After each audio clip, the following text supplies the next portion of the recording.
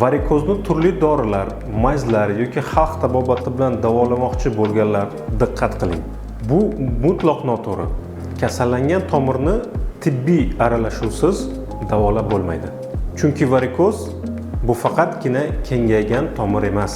Venöz klapanlar ishlamaganligi uchun tomirlarda qon to'planib, tomirlar kengayadi va tomir o'z funksiyasini mutlaqo yo'qotadi.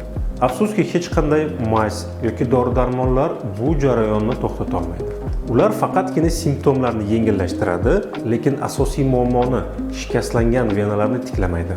Xalq tabobatidagi ba'zi usullar yengillik berishi mumkin, lekin varikozni yo'q qila olmaydi. Aksincha, katta zarar yetkazishi mumkin.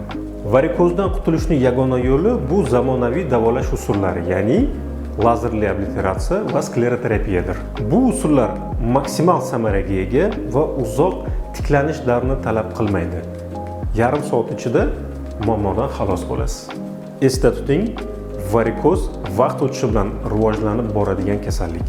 Qanchalik erta shifokorga murojaat qilsangiz, shunchalik tez va oson davo topasiz. Sog' bo'ling.